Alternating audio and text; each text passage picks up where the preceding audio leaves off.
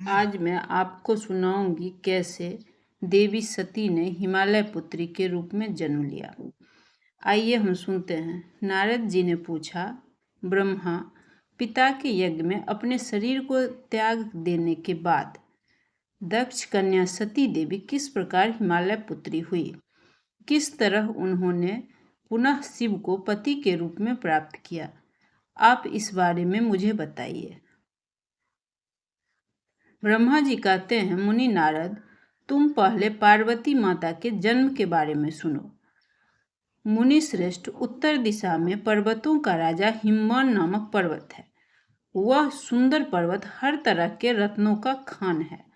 वहां पर हर तरह के वृक्ष हैं और अनेक शिखरों के कारण उसकी सुंदरता अलग दिखाई पड़ता है। हिम का मतलब बर्फ होता है। वो बर्फों का भंडार है। देवता, ऋषि, सिद्धि और मुनि उस पर्वत का आश्रय लेकर रहते हैं। भगवान शिव को वह पर्वत बहुत ही प्यारा है। एक समय गिरिवर हिमालय ने अपने कुल को आगे बढ़ाने के विचार से अपने विवाह के बारे में सोचा। देवताओं और पितरों की आज्ञा से उन्होंने पितरों के देवता पितेश्वर और देवी स्वधा की पुत्री मेना के साथ अपना विवाह कर लिया।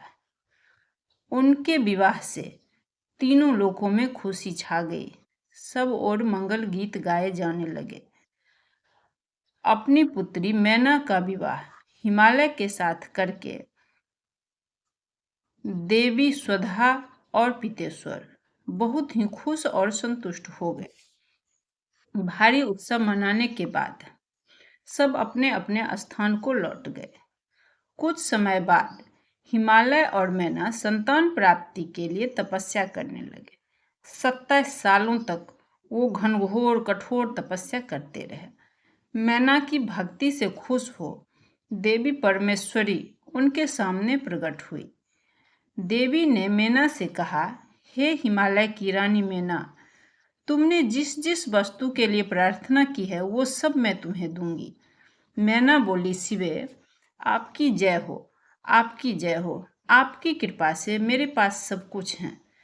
फिर भी आप मुझे कुछ देना चाहती हैं तो मुझे ये वरदान दीजिए कि मुझे 100 पुत्र हों।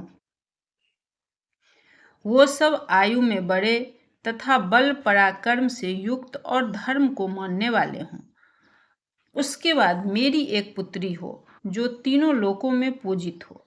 आप ही मेरी पुत्री तथा रुद्रदेव की पत्नी होकर मेरे यहाँ आइए।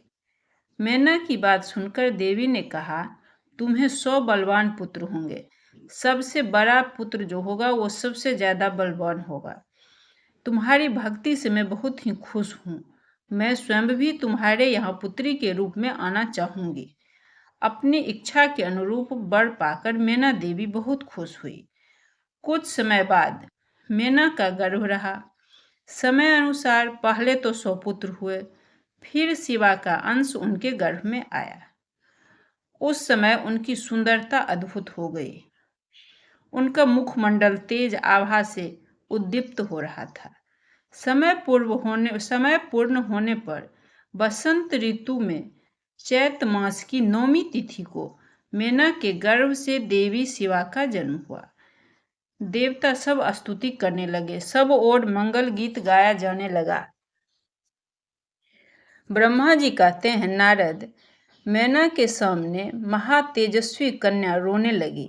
रोना सुनकर सब स्त्रियां वहां खुशी से दौड़कर आई। नील कमल दलों के समान सुंदर मुख वाली उस तेजस्वी कन्या को देखकर हिमालय बड़े खुश हो गए। ब्रह्मा जी ने कहा, नारद, मैं तुम्हें पार्वती के जन्म के बारे में बताया। हिमालय ने तो अपनी इस पुत्री का नाम काली आदि रखा, परंतु उस कन्या को लोग ने अपने कुलों के अनुरूप ही उन्हें पार्वती नाम से पुकारने लगे। इस तरह हिमालय और मेना के घोर तपस्या से प्रसन्न होकर दक्ष पुत्री देवी सती ने देवताओं, ऋषियों और सारे सृष्टि के हित को ध्यान में रखकर पार्वती के रूप में जन्म लिया।